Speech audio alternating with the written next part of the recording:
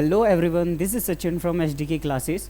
और आज हम क्लास 10th केमिस्ट्री का chapter number 3 metal and non metals को पढ़ने जा रहे हैं, जिसका हम सेकंड पार्ट को कंप्लीट करेंगे। ठीक है, सेकंड पार्ट में आपको पढ़ना क्या है, तो बेसिकली सेकंड पार्ट में आपको एक्सट्रैक्शन ऑफ मेटल के बारे में जानना है कि हम किस प्रोसेस से या किस तरीके से प्योर मेटल्स को ऑब्टेन करते हैं। तो स्टार्ट करते हैं इस टॉपिक को। देखिए, इस टॉपिक का जो सबसे पहला टर्म आता है वो आता है मिनरल्स। क्या? मिनरल्स। तो मिनरल्स होता क्या है? तो बेसिकली आप सभी को पता है, जो हमारे अर्थ क्रस्ट है, अर्थ क्रस्ट मेजर सोर्स होता है किसका? मेटल्स का। और उन्हीं से हम मेटल्स को क्या करते हैं? ऑब्टेन करते हैं। तो मिनरल्स होते क्या हैं? तो बेसिकली वो नेचुरल सब्सटेंस या वो नेचुरल मटेरियल्स जिसमें मेटल या उनके कंपाउंड पाए जाते हैं, उन नेचुरल सब्सटेंस या मटेरियल को हम क्या कहते हैं? मिनरल्स कहते हैं। एक बार फिर, वो सारे नेचुरल मटेरियल्स जिनसे हम मेटल्स या उनके कंपाउंड को ऑब्टेन कर सकते हैं, वो सारे मिनरल्स या वो सारे नेचुरल सब्सटेंस क्या कहलाते हैं? मिनरल्स कहलाते हैं। पहली चीज़ क्लियर है। दूसरी चीज़, जो दूसरा टर्म आता है वो होता है एक्सट्रैक्शन ऑफ मेटल्स। मीन्स हम मेटल्स को कैसे ऑब्टेन कर सकते हैं, means process of obtaining the metal is called extraction. अब हम एक्सट्रैक्शन कौन से मेटल्स का करते हैं? तो जनरली याद रखना, हमारे वो मिनरल्स जो कि कन्वीनियंट हो ऑब्टेन करने के लिए, मतलब ऐसे मिनरल्स जिनसे मेटल को ऑब्टेन करने के लिए ज़्यादा खर्चा ना आए, एक्सपेंडिचर ज़्यादा ना आए, या फिर वो प्रॉफिटेबल हो, हम सिर्फ उन्हीं मेटल्स को ऑब्टेन करते हैं। क्या कहा?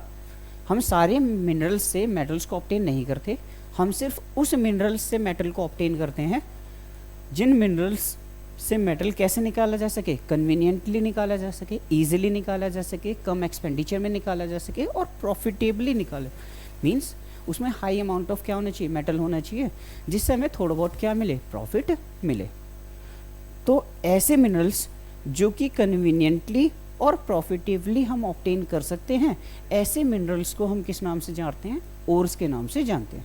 मीन्स जब भी हम किसी मेटल का एक्सट्रैक्शन करेंगे तो हम सिर्फ किस का एक्सट्रैक्शन करेंगे? ओर्स से मेटल को ऑब्टेन करेंगे। ठीक है, तो कोई आपसे पूछे व्हाट इज मिनरल, तो मिनरल वो नेचुरल सब्सटेंस जिसमें मेटल और कंपाउंड्स पाए जाते हैं। ओर्स क्या है? तो ओर्स उन मिनरल्स को कहा जाता है जिनमें से मेटल्स को निकालना कन्वीनियंट होता है और प्रॉफिटेबल होता है। ठीक है, अब यहाँ पे कुछ एग्जाम्पल है ओर्स के जिनसे हम मेटल को ऑब्टेन करते हैं। ये बेसिकली याद करने वाला पार्ट है, तो 2 मिनट पॉज लेके इसका स्क्रीनशॉट ले लेना है। जैसे पहला मेटल है सोडियम। सोडियम जनरली हमें कहाँ से मिलता है? रॉक सॉल्ट से मिलता है। किस फॉर्म में? NaCl के फॉर्म में। ठीक है, सेकंड मेटल है हमारा एल्यूमिनियम। एल्यूमिनियम को ऑब्टेन करते हैं बॉक्साइट ओर से। इससे हमें किस फॉर्म में मिलता है? Al2O3.2H2O के फॉर्म में मेटल्स मिलते हैं, मतलब इस फॉर्म में पाया जाता है एल्यूमिनियम। मैग्नीज जो है, मैग्नीज किस पार्ट से मिलता है? तो दो इस ओर से मिलता है, इसको कहते हैं प्रायोलाइसाइड। इससे हमें मैग्नीशियम किस फॉर्म में मिलता है? मैग्नीस ऑक्साइड के फॉर्म में मिलता है। ठीक है, ऐसी जिंक है। जिंक के 2 ओर्स है, कौन कौन से? एक तो होता है कैलामाइन, एक होता है जिंक ब्लेंड हेमीटेट। ठीक, ओ जिंक ब्लेंड। इसमें जो जिंक पाया जाता है वो या तो कार्बोनेट के फॉर्म में पाया जाएगा या फिर किस फॉर्म में पाया जाएगा? सल्फाइड के फॉर्म में पाया जाएगा। तो इस टेबल को याद कर लेना, इंपॉर्टेंट है। एक क्वेश्चन बनता है हमेशा कि बताओ कौन सा मेटल कौन से और से ऑब्टेन किया जाता है। आगे बढ़ते हैं। देखिए, अगला जो टॉपिक है वो है एक्सट्रैक्शन ऑफ मेटल्स। अभी बताया था मेटल्स को उनके ओर से ऑब्टेन करने के प्रोसेस को क्या कहते हैं? एक्सट्रैक्शन ऑफ मेटल कहते हैं। मीन्स मेटल को क्या करना? एक्सट्रैक्ट करना। तो ये पूछे what is extraction of metal, तो obtain a metal from its ore is called extraction of metal. अब इसमें दूसरा टर्म आता है मेटलर्जी। तो मेटलर्जी क्या है? तो जब हम मेटल्स को एक्सट्रैक्ट करते हैं ना, तो हम बहुत सारे प्रोसेस का इस्तेमाल करते हैं। तो वो सारे प्रोसेस जो एक्सट्रैक्शन ऑफ मेटल के दौरान इन्वॉल्व होते हैं, उन्हें क्या कहा जाता है? मेटलर्जी कहा जाता है। ठीक है, दोनों में अंतर क्लियर है? एक्सट्रैक्शन मतलब मेटल्स को ऑब्टेन करना। मेटल्स को ऑब्टेन करने में जो सारे प्रोसेस लगते हैं, उन प्रोसेसेस को हम किस नाम से जानते हैं? मेटलर्जी के नाम से जानते हैं। ठीक है, अब जनरली याद रखना, मेटलर्जी के दौरान मेन 3 प्रोसेस है। कौन कौन से? एक तो कंसंट्रेशन ऑफ ओर, मीन्स हम ओर्स को क्या करते हैं, कंसंट्रेट फॉर्म में ऑब्टेन करते हैं। सेकंड प्रोसेस है conversion of ores into metal. Second process में हमें क्या करना होता है कि ये जो हमें ओर्स मिले हैं, इन ओर्स को किस फॉर्म में कन्वर्ट करना होता है, मेटल्स के फॉर्म में कन्वर्ट करना होता है। और थर्ड प्रोसेस में जो हमें मेटल ऑब्टेन करा है ना सेकंड स्टेप से, वो बेसिकली इम्प्योर फॉर्म में होता है, तो उसे हमें क्या करना होता है, प्योरीफाई करना होता है, जिसको रिफाइनिंग प्रोसेस कहते हैं। ठीक है, तो सबसे पहला प्रोसेस है आपका कंसंट्रेशन ऑफ ओर्स। तो कंसंट्रेशन ऑफ ओर का मतलब क्या होता है, जब हमें ओर्स ऑब्टेन होता है ना नेचुरल सब्सटेंस से, तो ओर्स के साथ बहुत सारी अदर इम्प्योरिटीज़ भी होती है, जैसे सैंड, रॉकी मटेरियल, अर्थ पार्टिकल, माइका एक्सेट्रा। इनको हमें क्या करना होता है, एक्सट्रैक्ट करना होता है। इस प्रोसेस को ही क्या कहते हैं, कंसंट्रेशन ऑफ ओर कहते हैं। और ये जो इम्प्योरिटीज़ आप देख रहे हो ना, उन्हें किस नाम से जानते हैं, गैंगियो के नाम से जानते हैं। ठीक है, कोई आपसे पूछे व्हाट इज़ गैंगियो, तो गैंगियो क्या है, वो अनवांटेड इम्प्योरिटीज़ जैसे सैंड, रॉक मटेरियल, अर्थी पार्टिकल एक्सेट्रा जो ओर्स में प्रेजेंट होती हैं, उनको हम गैंगियो कहते हैं। तो सबसे पहले प्रोसेस में जब हम कंसंट्रेशन ऑफ ओर करते हैं, तो एक्चुअली में हम क्या करते हैं, इन्हीं गैंगियो को रिमूव कर रहे होते हैं। अब गैंगियो को रिमूव करने के अलग अलग प्रोसेस होते हैं। ठीक है, तो याद रखना, method of removing gangue from the ore is called concentration of ore, जिसके लिए हम अलग अलग मेथड का इस्तेमाल करते हैं। वो डिपेंड करता है ओर्स और गैंगियो दोनों की फिजिकल और केमिकल प्रॉपर्टीज़ पे। जैसे एक एग्जांपल से समझते हैं, पहला जो मेथड आता था वो जनरली क्या कहलाता था, वो कहलाता था आपका मैग्नेटिक सेपरेशन। मतलब होता क्या है, सपोज करो आपके पास कोई मैग्नेटिक ओर है, आयरन का ओर है, ठीक है, और आयरन के ओर से आपको क्या करना है, इम्प्योरिटीज़ को अलग करना है। तो जनरली हम किसका इस्तेमाल करते हैं, मैग्नेटिक सेपरेशन का इस्तेमाल करते हैं। हम सपोज करो यहाँ से क्या लिया, यहाँ पे एक मैग्नेटिक सब्सटेंस लगा लिया, और मैग्नेटिक सब्सटेंस से या एक प्रोसेस को समझते हैं, होता क्या है, देखो। तो सबसे पहला प्रोसेस है आपका मैग्नेटिक सेपरेशन। मैग्नेटिक सेपरेशन में क्या होता है, जनरली एक जैसे हमारी ट्रेडमिल होती है ना, ट्रेडमिल वर्क करती है, ऐसे ही हमारा एक एपरेटस होता है ट्रेडमिल टाइप का। सरफेस जो होती है उसकी, वो मैग्नेटिक प्लेट्स होती है। किसका इस्तेमाल करते हैं, मैग्नेटिक प्लेट्स का इस्तेमाल कर लेते हैं। अब होता क्या है कि जो हमने ओर्स लाए हैं, सबसे पहले इस ओर को हम क्या कर लेते हैं, क्रश कर लेते हैं। क्रश करके इसे किस में कन्वर्ट कर दिया, स्मॉल पीसेस में कन्वर्ट कर दिया। अब इस स्मॉल पीसेस वाले क्रश पार्ट को हम कहाँ पे डालते हैं, इस साइकिल पे डालते हैं। अब ये साइकिल जैसे जैसे मूव हो रही होगी, वैसे वैसे ये क्या होगा, स्मॉल पीसेस भी मूव हो रहे होंगे। फ़र्क क्या है, जब ये सारी इम्प्योरिटीज़ यहाँ पे आएगी, तो जो मैग्नेटिक ओर है, जो मैग्नेटिक ओर्स है, वो इसी सरफेस पे क्या रह जाएंगे, चिपके रह जाएंगे। और जो बचे कुछ इम्प्योरिटीज़ है जैसे सिलिका, माइका, रॉक पार्टिकल, ये सारे क्या हो जाएंगे, ग्रेविटी की वजह से नीचे की तरफ कलेक्ट हो जाएंगे। मीन्स हमने क्या करा, हमने आयरन के ओर्स को गैंगियो मीन्स इम्प्योर पार्टिकल से क्या कर दिया, सेपरेट कर दिया। तो ये मेथड कब इस्तेमाल करते हैं, जब हमारे पास मैग्नेटिक ओर हो।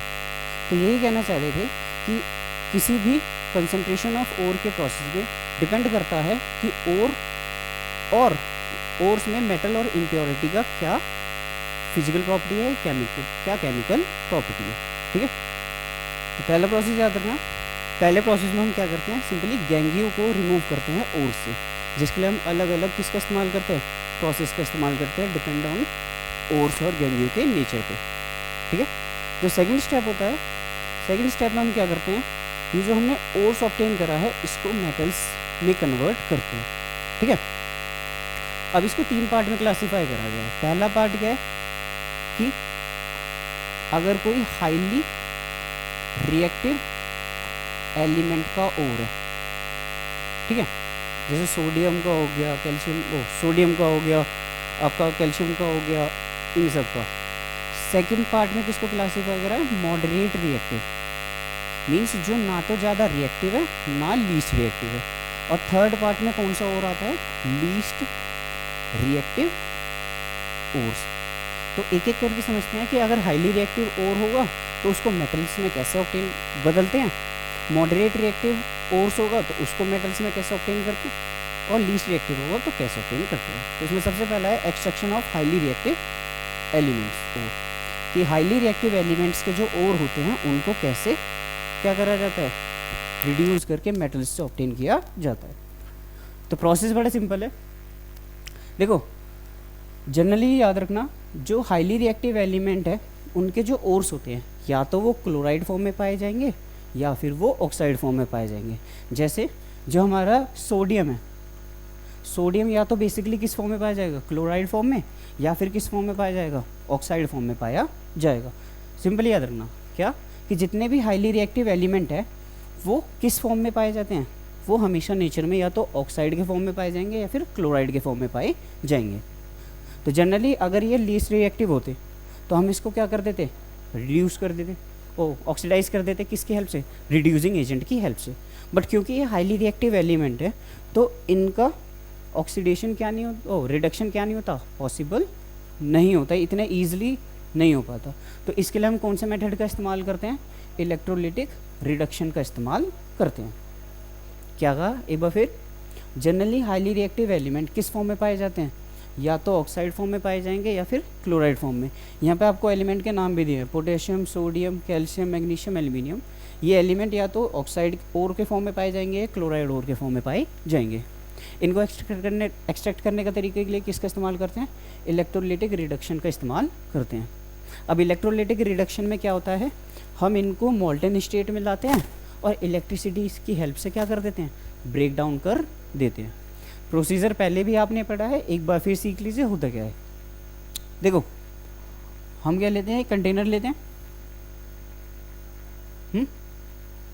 इस कंटेनर में हमने क्या डाल दिया, ये मोल्टन फॉर्म में इनके ओर्स डाल दिए। सपोज करो आपको किसको हटाना है, आपको कैल्शियम क्लोराइड को रिमूव करना है, मतलब कैल्शियम क्लोराइड से किसको ऑब्टेन करना है, कैल्शियम को ऑब्टेन, सॉरी पोटेशियम को ऑब्टेन कर रहा है, क्लोरीन को ऑब्टेन करना है।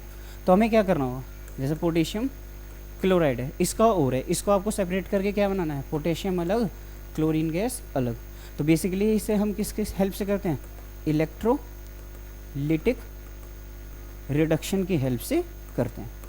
अब प्रोसीजर क्या होता है, तो प्रोसीजर बड़ा सिंपल है कि आपने जो ओर्स है उसको मोल्ट कर लेना है, मेल्ट कर लेना है। मेल्ट कर लोगे तो सपोज करिए ये क्या है, ये मोल्टन KCl है। यहाँ पे आप क्या इस्तेमाल करते हैं, दो रॉड का इस्तेमाल करते हैं, जनरली इनको इलेक्ट्रोड कहते हैं, और इनको किससे कनेक्ट कर देते हैं, बैटरी के अपोजिट एंड से कनेक्ट कर देते हैं। बैटरी के पॉजिटिव टर्मिनल से जो इलेक्ट्रोड कनेक्ट होगा वो इलेक्ट्रोड कैसा चार्ज हो जाएगा, पॉजिटिव चार्ज हो जाएगा। और पॉजिटिवली चार्ज इलेक्ट्रोड को हम किस नाम से जानते हैं, एनोड के नाम से जानते हैं। As the same way battery के नेगेटिव टर्मिनल से जो इलेक्ट्रोड कनेक्ट होगा वो बैटरी के नेगेटिव टर्मिनल की वजह से कैसा चार्ज हो जाएगा, नेगेटिव चार्ज हो जाएगा। और नेगेटिवली चार्ज इलेक्ट्रोड को हम किस नाम से जानते हैं, कैथोड के नाम से जानते हैं। अब आपको पता है जैसे आप इलेक्ट्रिसिटी को पास करोगे मोल्टन स्टेट में, ये KCl किस में बदलेगा, K पॉजिटिव और Cl नेगेटिव फॉर्म में बदलेगा। अब यहाँ पे होगा क्या कि ये जो क्लोरीन है नेगेटिव वो किसकी तरफ अट्रैक्ट होगा, पॉजिटिव की तरफ, और ये जो पोटेशियम पॉजिटिव है वो किसकी तरफ अट्रैक्ट होगा, नेगेटिव की तरफ। बट इसको ऐसे अट्रैक्शन रिपल्शन नहीं दिखाएंगे, इसको कैसे समझते हैं वो देख लो। तो सबसे पहले लिखते हैं एट एनोड, कि एनोड पे क्या हो रहा है। तो देखो एनोड पे होगा क्या कि ये जो Cl नेगेटिव है ये अपने इलेक्ट्रॉन को लूज़ करेगा और किस में बदल जाएगा, Cl में बदल जाएगा। ऐसी दो Cl नेगेटिव होंगे, अपने दो इलेक्ट्रॉन को लूज़ करके किस में कन्वर्ट हो जाएंगे, क्लोरीन गैस में। मीन्स यहाँ पे जो पॉजिटिव चार्ज है वो किसकी वजह से है, इलेक्ट्रॉन की कमी की वजह से। इस इलेक्ट्रॉन की कमी को किसने पूरा करा, इस क्लोरीन के इलेक्ट्रॉन ने। तो यहाँ पे धीरे धीरे क्या ख़त्म होता जाएगा, पॉजिटिव चार्ज ख़त्म होता जाएगा, और यहाँ पे कौन कलेक्ट होते जा रहे हैं, क्लोरीन गैस कलेक्ट होता जा रहा है। अच्छा एट कैथोड क्या होगा, तो कैथोड के बेस का उल्टा होगा।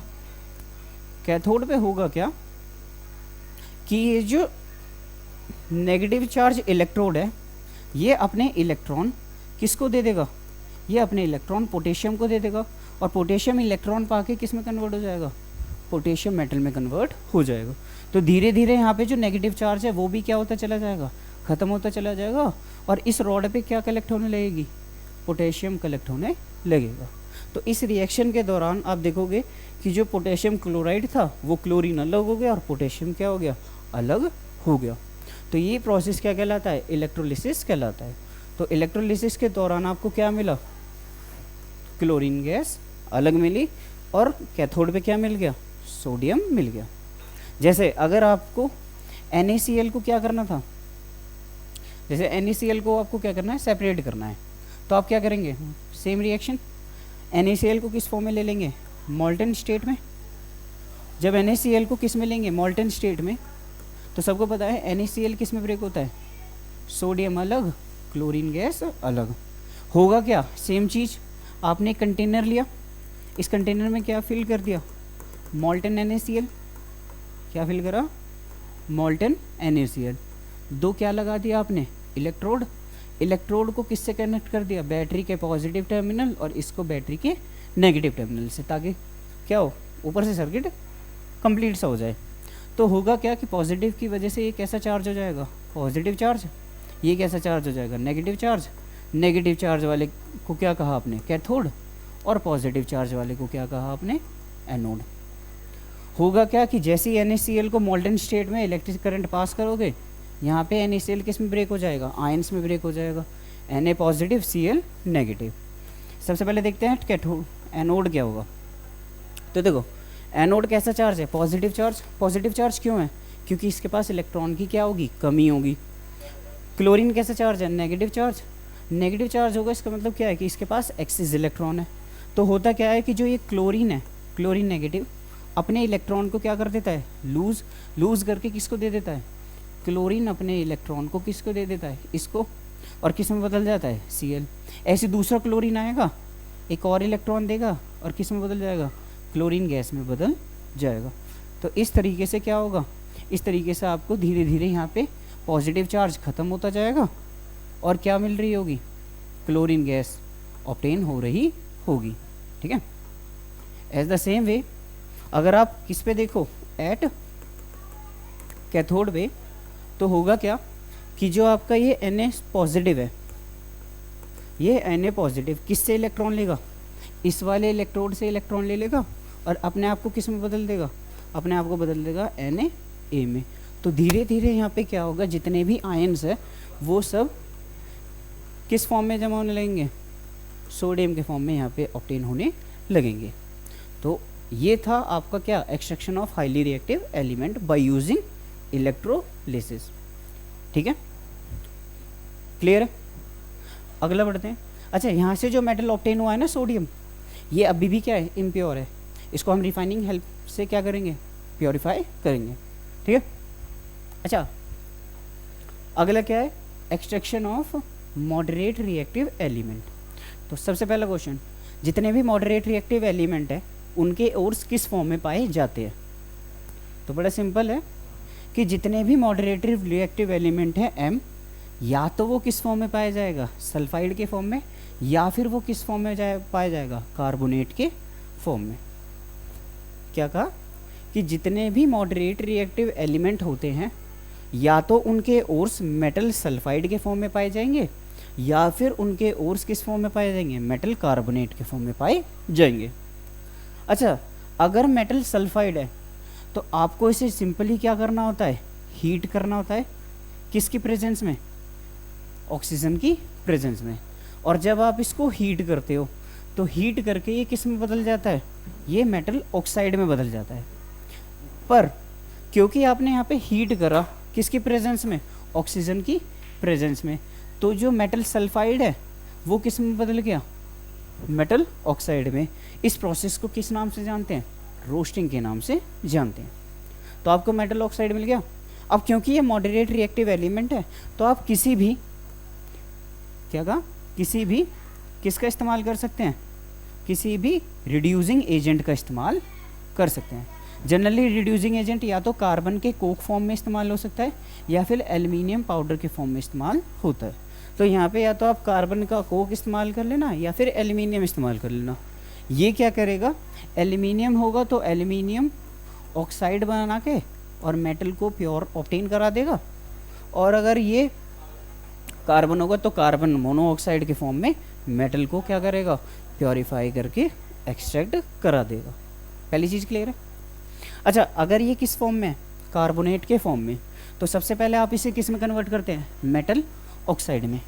पर जब कार्बोनेट को ऑक्साइड में कन्वर्ट करते हैं ना, तो आप हीट तो देते हैं, बट ऑक्सीजन क्या होती है यहाँ पे, एब्सेंट होती है। ऑक्सीजन यहाँ पे क्या होती है, एब्सेंट होती है। तो जनरली हम कहते हैं कि जब भी हम किसी मेटल कार्बोनेट को हीट करके एब्सेंस ऑफ ऑक्सीजन में किस में बदलते हैं, मेटल ऑक्साइड में बदलते हैं, इस प्रोसेस को किस नाम से जाना जाता है, कैल्सिनेशन के नाम से जाना जाता है। अब आपके पास क्या मिल गया, मेटल ऑक्साइड मिल गया। मेटल ऑक्साइड को क्या कर देना आप, रिड्यूसिंग एजेंट की हेल्प से किस में कन्वर्ट कर लेना, प्योर मेटल अलग, और यहाँ पे कोई एल्यूमिनियम ऑक्साइड मिल जाएगा। ठीक है। अब याद रखना, जब आप इस रिड्यूसिंग एजेंट का इस्तेमाल करके इसका रिडक्शन करते हो तो इस दौरान क्या रिलीज होती है, हीट रिलीज होती है। कोई दिक्कत? तो एक बार इसे ध्यान से सुन लेना।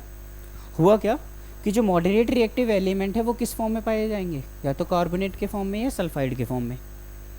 इनको सबसे पहले किस में कन्वर्ट करना होता है, मेटल ऑक्साइड में कन्वर्ट करना होता है। मेटल ऑक्साइड के बाद इनका क्या करना होता है, रिडक्शन करना होता है, ताकि ये किस में कन्वर्ट हो, प्योर मेटल में कन्वर्ट हो। इससे रिलेटेड दो नए टर्म्स मिलेंगे। पहला मिला आपको रोस्टिंग, सेकंड मिला आपको कैल्सिनेशन। रोस्टिंग क्या बताया, तो जब भी आप किसी कौन से ओर्स को, मेटल के सल्फाइड ओर्स को हीट करो, किसकी प्रेजेंस में, ऑक्सीजन की प्रेजेंस में, हीट करने पे वो किस में बदल जाएगा, मेटल ऑक्साइड में। इस प्रोसेस को किस नाम से जाना जाता है, रोस्टिंग के नाम से जाना जाता है। क्या कहा कि जब भी आप किसी मेटल सल्फाइड को स्ट्रांगली हीट करते हो, किसकी प्रेजेंस में, एयर की प्रेजेंस में, क्या बनाने के लिए, मेटल ऑक्साइड बनाने के लिए, इस प्रोसेस को क्या कहते हैं, रोस्टिंग कहते हैं। ऐसा होता है। सेकंड होता है कैल्सिनेशन। कैल्सिनेशन में भी आप सब्सटेंस को हीट करते हो, कौन से ओर्स को, कार्बोनेट के ओर को। तो अगर आप कार्बोनेट के ओर्स को हीट करके किस में कन्वर्ट करते हो, मेटल ऑक्साइड में, किसके एब्सेंस में, ऑक्सीजन के एब्सेंस में, तो इस प्रोसेस को किस नाम से जाना जाता है, कैल्सिनेशन के नाम से जाना जाता है। दोनों याद रहेगा। ऐसे याद रखना, कार्बोनेट को कैल्सिनेशन CC, तो कार्बोनेट को ऑक्साइड में कन्वर्ट करने के लिए क्या नहीं जरूरत पड़ी, एयर की ज़रूरत नहीं पड़ी। और रोस्टिंग में क्या होता है, मेटल के सल्फाइड को ऑक्साइड में कन्वर्ट करते हैं, किसकी प्रेजेंस में, ऑक्सीजन की प्रेजेंस में हीट करके। ठीक है। इन दोनों प्रोसेस से आपको क्या मिला, इन दोनों प्रोसेस से आपको मेटल ऑक्साइड मिला। अब क्योंकि ये मेटल ऑक्साइड क्या नहीं है, ज़्यादा रिएक्टिव एलिमेंट का नहीं है, मॉडरेट रिएक्टिव एलिमेंट का है, तो आप सिंपली इसका क्या करा देते हैं, रिडक्शन करा के ऑक्सीजन को रिमूव करा देते हैं। क्या मिल जाता है, प्योर इम्प्योर मेटल ऑब्टेन हो जाता है। कोई दिक्कत? अब वही चीज़ बताइए कि जब भी आप मॉडरेट रिएक्शन करोगे, मींस मॉडरेटिव रिएक्टिव मेटल ऑक्साइड का रिडक्शन करोगे, तो उसके लिए आप क्या कर सकते हो, या तो एल्यूमिनियम, सोडियम, कैल्शियम या कार्बन का इस्तेमाल कर सकते हो। ठीक है। आगे बढ़े। इसी से एक ये रिएक्शन है thermite reaction. Thermite reaction basically welding process को भी कहते हैं। आपने सुना होगा, जो वेल्डिंग वाले होते हैं वो वेल्डिंग वाले प्रोसेस कौन सी रिएक्शन करते हैं, वो थर्माइट रिएक्शन के थ्रू ही वेल्डिंग का काम कर रहे होते हैं। तो इसमें होता क्या है कि सपोज करो आपके पास कोई आयरन की ऑक्साइड है। क्या है आपके पास, कोई आयरन की ऑक्साइड है। इस आयरन की ऑक्साइड को आप क्या करते हैं, मैग्नीशियम रिबन की हेल्प से, किसकी हेल्प से, मैग्नीशियम रिबन की हेल्प से, जो कि बर्निंग मैग्नीशियम रिबन है, उसकी हेल्प से किसकी प्रेजेंस में, एल्यूमिनियम की प्रेजेंस में रिएक्शन कराते हैं। तो जब आप इसे बर्न कर रहे होगे ना, इग्नाइट कर रहे होगे, तो इग्नाइट से क्या होगा, जो एल्यूमिनियम है, क्योंकि ये रिड्यूसिंग एजेंट है, तो ये आयरन से क्या कर देगा, ऑक्साइड को हटा के क्या बना लेगा, एल्यूमिनियम ऑक्साइड बना लेगा, प्लस क्या रिलीज होगा, आयरन बनेगा। बट ट्विस्ट ये है कि जब ये एल्यूमिनियम ऑक्साइड बनता है तो इस रिएक्शन के दौरान लार्ज अमाउंट में क्या प्रोड्यूस होती है, हीट प्रोड्यूस होती है। ये हीट क्या करती है, जो आयरन है इसको क्या कर देती है, मेल्ट कर देती है। और मेल्ट करके जिस क्रैक के बीच में आप इसे फिल करोगे, मतलब क्रैक को फिल करने के लिए या चीज़ों को चिपकाने के लिए इस्तेमाल करते हैं, वो चीज़ें आपको पॉसिबल हो जाएगी। इस प्रोसेस को थर्माइट रिएक्शन कहते हैं। थर्माइट रिएक्शन में क्या हुआ, हमने आयरन ऑक्साइड को किसकी प्रेजेंस में, एल्युमिनियम पाउडर की प्रेजेंस में मैग्नीशियम की हेल्प से, मैग्नीशियम रिबन की हेल्प से क्या करा, इग्नाइट करा। इग्निशन के दौरान एल्युमिनियम ने आयरन को क्या कर दिया, रिड्यूस करके खुद का ऑक्साइड बना लिया और आयरन बनाया। पर इस रिडक्शन प्रोसेस से बहुत लार्ज अमाउंट में क्या निकली, हीट। इस हीट ने क्या करा, आयरन को मेल्ट कर दिया। और ये जो मेल्टेड आयरन है यही इस्तेमाल किया जाता है किस प्रोसेस में, वेल्डिंग के प्रोसेस में। और ये जो रिएक्शन है ये क्या कहलाई, यही आपका थर्माइट रिएक्शन कहलाया। तो एक थर्माइट रिएक्शन से भी क्वेश्चन बनता था, तो इसको याद रख लेना। आगे बढ़ते हैं, last extraction of less reactive element. अगर आपके पास कौन से रिएक्टिव एलिमेंट है, लीस्ट रिएक्टिव एलिमेंट है, तो उसको कैसे एक्सट्रैक्ट करते हैं। तो सबसे पहला जो लीस्ट रिएक्टिव मेटल्स होते हैं ना, उनका ओर्स हमेशा किस फॉर्म में पाया जाता है, सल्फाइड के फॉर्म में। इसका मतलब कि आपको क्या करना होगा, जो मेटल सल्फाइड मिला है उसको सबसे पहले किस में कन्वर्ट कर लेते हैं, मेटल ऑक्साइड में। किस प्रोसेस से, रोस्टिंग के प्रोसेस से। और जब ये मेटल ऑक्साइड बन जाए देन इसका क्या कर दीजिए, रिडक्शन करा दीजिए। जब आप इसका रिडक्शन कराएंगे तो रिडक्शन से आपको क्या मिल जाएगा, इम्प्योर मेटल मिल जाएगा। अब यहाँ पे आप खासियत ये है, क्योंकि ये लीस्ट रिएक्टिव एलिमेंट है, कौन सा एलिमेंट है, लीस्ट रिएक्टिव एलिमेंट। तो लीस्ट रिएक्टिव एलिमेंट इतने ज़्यादा स्टेबल नहीं होते ऑक्साइड उनके, तो आप इन्हें क्या कर सकते हो, डायरेक्टली हीट भी करोगे ना तो भी ये किस में कन्वर्ट हो जाते हैं, मेटल्स में कन्वर्ट। मीन्स ऑक्साइड की लेयर इनकी हट जाती है और हीटिंग से ही क्या हो जाते हैं, रिड्यूस हो जाते हैं। तो इस चीज़ को याद रखना। क्या बोला कि जो लीस्ट रिएक्टिव एलिमेंट है उनके ओर्स हमेशा किस फॉर्म में पाए जाते हैं, सल्फाइड फॉर्म में। तो सबसे पहले आप रोस्टिंग की हेल्प से सल्फाइड को किस में बदलते हैं, मेटल ऑक्साइड में। फिर मेटल ऑक्साइड को हीट करते हैं, तो हीट करने से क्या होता है, मेटल एक्सट्रैक्ट होकर इम्प्योर मेटल मिल जाता है। कोई दिक्कत। तो ये था आपका क्या, सेकंड प्रोसेस, जिसमें आपने क्या करा, मेटल्स ऑब्टेन करा। अब होता क्या है कि ये जो मेटल्स आपने ऑब्टेन करे हैं ना, ये सारे मेटल इस समय किस फॉर्म में है, ये सारे मेटल इस समय इम्प्योर है। इम्प्योर का मतलब है कि ये जो है अभी प्योर नहीं है, तो आपको इन्हें क्या करना होता है, प्योरीफाई करना होता है। तो इसके लिए टर्म आता है रिफाइनिंग। तो अगला प्रोसेस वही है, रिफाइनिंग। कोई पूछे रिफाइनिंग क्या है, तो रिफाइनिंग का मतलब होता है इम्प्योर मेटल्स को प्योरीफाई करके प्योर मेटल में कन्वर्ट करना। ठीक है। अच्छा, रिफाइनिंग करते कैसे हैं, तो रिफाइनिंग इलेक्ट्रोलिसिस की हेल्प से ही होता है। मीन्स इलेक्ट्रिसिटी की हेल्प से होता है। सेम प्रोसेस है। देखो इसमें दो तीन बातें जानने वाली है। सबसे पहले जैसा आपको पता है कि जब भी हम क्या करते हैं, इलेक्ट्रोलिसिस करते हैं, तो एक कंटेनर लेते हैं और कंटेनर में दो क्या लेते हैं, इलेक्ट्रोड लेते हैं। और दोनों इलेक्ट्रोड को किससे कनेक्ट कर देते हैं, बैटरी के अपोजिट एंड से। बैटरी का वो एंड जो पॉजिटिव टर्मिनल है वो कैसा चार्ज हो जाता है, पॉजिटिव चार्ज। और पॉजिटिवली चार्ज इलेक्ट्रोड को हम क्या कह देते हैं, एनोड कह देते हैं। और जो बैटरी का नेगेटिव टर्मिनल है वो नेगेटिव चार्ज होने की वजह से उसका नाम पड़ जाता है कैथोड। कोई दिक्कत। अब प्योरीफाई कैसे करा जाएगा, कि प्योरीफिकेशन में क्या होता है, तो तीन स्टेप याद रखना। सबसे पहला पॉइंट, जो आपका इम्प्योर मेटल है, जो आपका इम्प्योर मेटल है वो कहाँ पे रखा जाएगा, एनोड की तरफ रखा। मीन्स हम कहेंगे कि यहाँ पे एनोड पे क्या रखा जाता है, तो प्योरीफिकेशन के दौरान एनोड पे हमेशा क्या रखा जाएगा, इम्प्योर मेटल को रखा जाएगा, जिसको हमें क्या करना है, प्योरीफाई करना है। कैथोड पे क्या रखा जाएगा, तो कैथोड पे हमेशा जो मेटल आपको प्योरीफाई करना है ना, उसी का एक पतली सी स्ट्रिप रखनी है। तो मीन्स आपको क्या रखनी है, यहाँ पे थिन स्ट्रिप ऑफ मेटल रखना है। जिस मेटल को आप ऑब्टेन करना चाहते हो उसी मेटल का एक पतली सी स्ट्रिप रखनी है। ठीक है। और इलेक्ट्रोलिटिक सॉल्यूशन में भी आपको क्या लेना होता है, इलेक्ट्रोलिटिक सॉल्यूशन में भी आपको सेम मेटल का कोई भी क्या लेना है, इलेक्ट्रोलाइट लेना है। तो आपको electrolyte of same metal, same metal का, जिस मेटल को आपको प्योरीफाई करना है ना, इस प्योरीफाई मतलब इस मेटल का आपको क्या लेना है, सेम इलेक्ट्रोलाइट लेना है। तो सबसे पहला रिफाइनिंग क्या है, तो रिफाइनिंग क्या है, refining is the process of obtaining impure obtaining pure metal from impure, एक ऐसा प्रोसेस जिसमें आप इम्प्योर मेटल को प्योर करते हो, क्या करके, प्योरीफाई करके। कौन से प्रोसेस की हेल्प से होता है, तो इलेक्ट्रोलिटिक रिडक्शन कह लो या इलेक्ट्रोलिसिस कह लो, सिंपल। किसकी हेल्प से होता है, इलेक्ट्रोलिसिस की हेल्प से होता है, ठीक है। क्योंकि ये इलेक्ट्रोलिसिस की हेल्प से होता है तो इस प्रोसेस को क्या कह देते हैं, इलेक्ट्रोलिटिक रिफाइनिंग कह देते हैं। इलेक्ट्रो रिफाइनिंग में क्या करना होता है, याद, पहली चीज़, जो आपके पास इम्प्योर मेटल है वो कहाँ पे रखा जाएगा, हमेशा कैथोड एनोड पे रखा जाएगा। जो कैथोड है उस पर क्या लिया जाएगा, जो इम्प्योर मेटल को प्योरीफाई करना है उसकी एक सेम नेचर की पतली स्ट्रिप लेनी है। और थर्ड आपको क्या लेना है, इलेक्ट्रोलाइट लेना है, वो भी कैसे नेचर का, सेम नेचर का, जिस नेचर का आप मेटल को आप क्या कर रहे हो, प्योरीफाई कर रहे हो, ठीक है। एक एग्जांपल से समझते हैं। जैसा आपको किसको प्योरीफाई करना है, जैसे आपको प्योरीफाई करना है किसको, कॉपर सल्फेट को, या ऐसा कह लो कि कॉपर को प्योरीफाई करना है, किसको, कॉपर मेटल को प्योरीफाई करना है। एक एग्जांपल से समझते हैं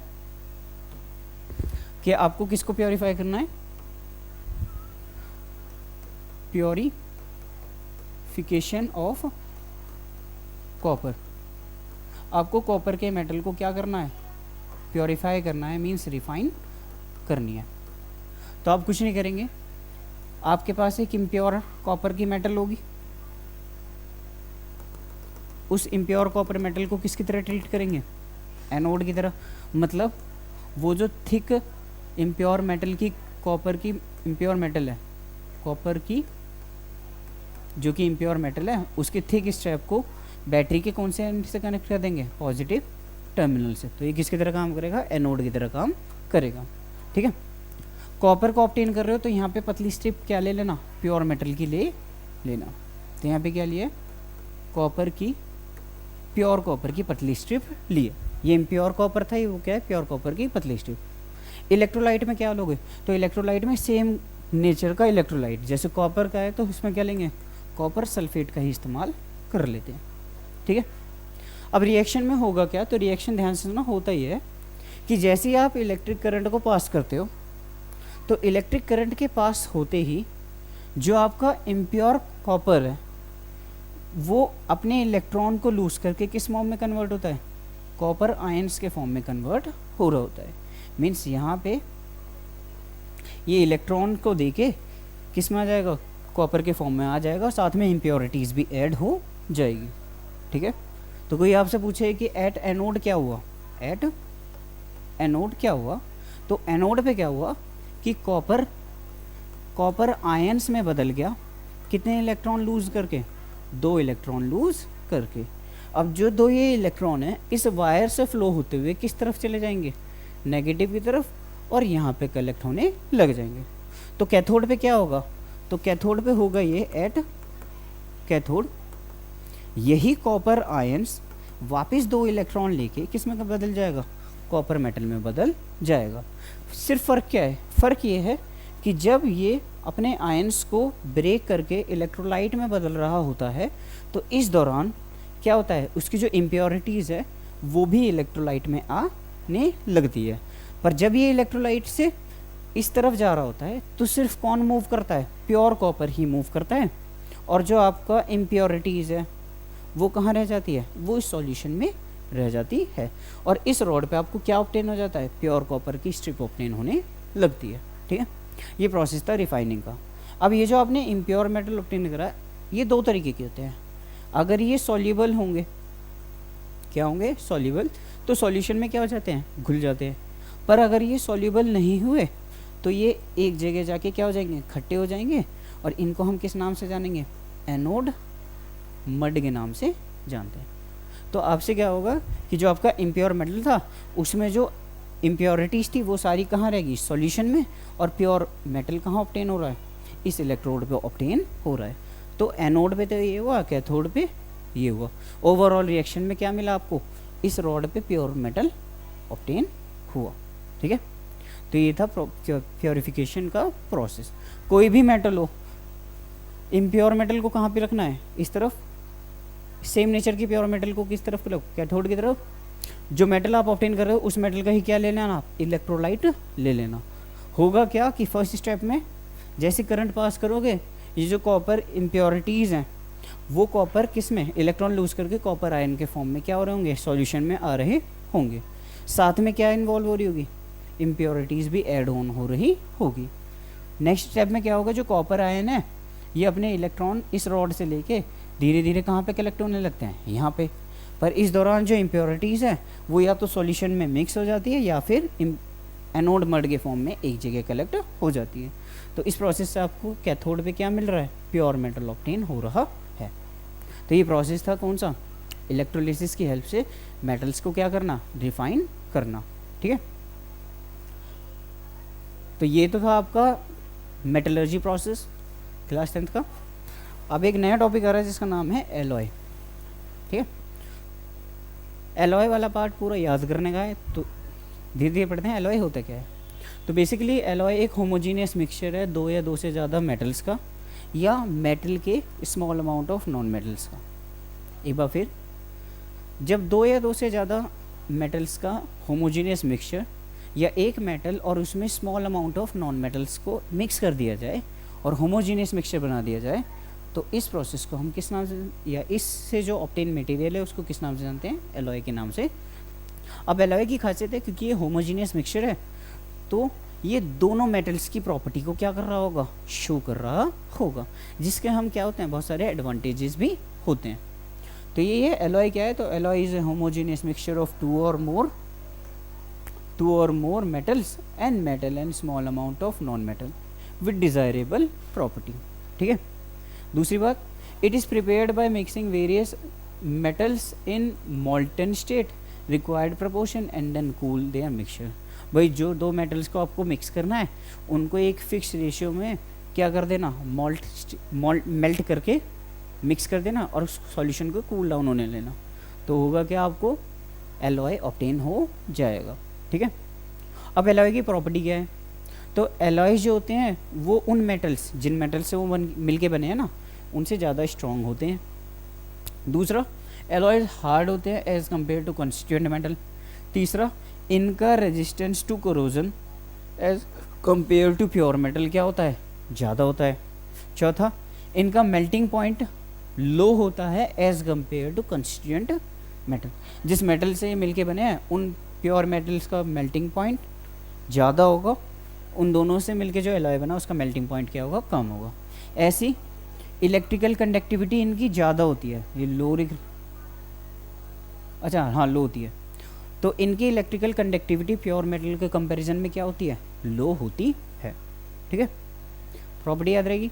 अब कुछ एलॉय है उसको याद रख लेना, ये तो याद करने का प्रोसेस है, उसे याद रखना है। सबसे पहला आता है ड्यूरेलियम।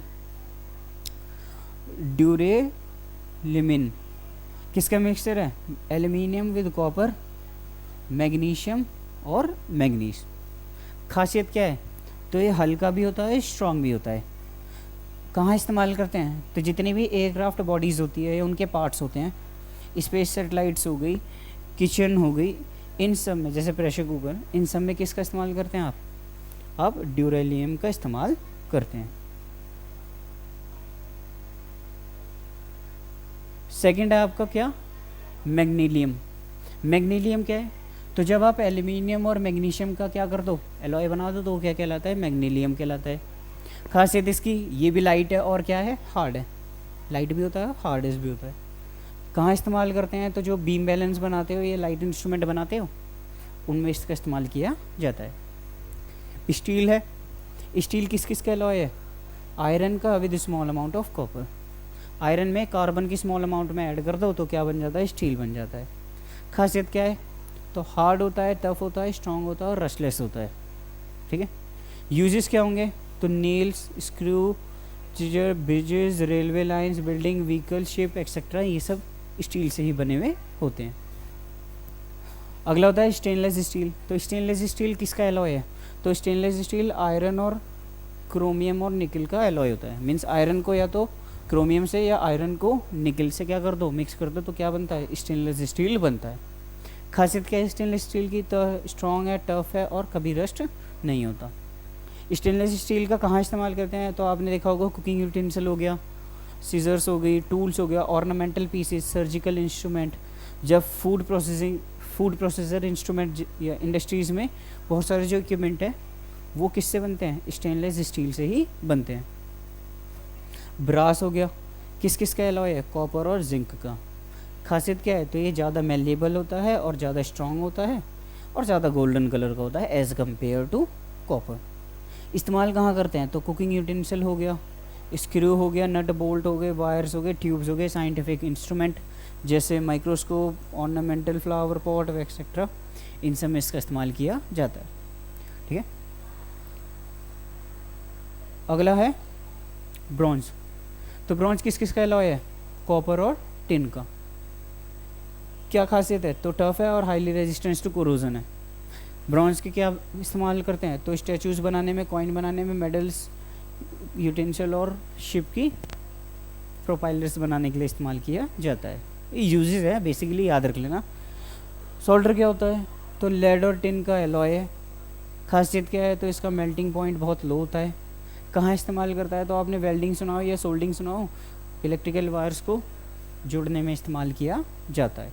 ठीक है, अमलगम क्या है, तो अगर आप कोई भी मेटल को किसके साथ मिक्स कर दो, मरकरी के साथ, तो क्या कहलाता है, वो मेटल अमलगम कहलाता है। ठीक है, तो कभी भी कोई मरकरी के साथ कोई दूसरा मेटल होगा तो वो क्या फॉर्म करेगा, अमलगम फॉर्म करेगा।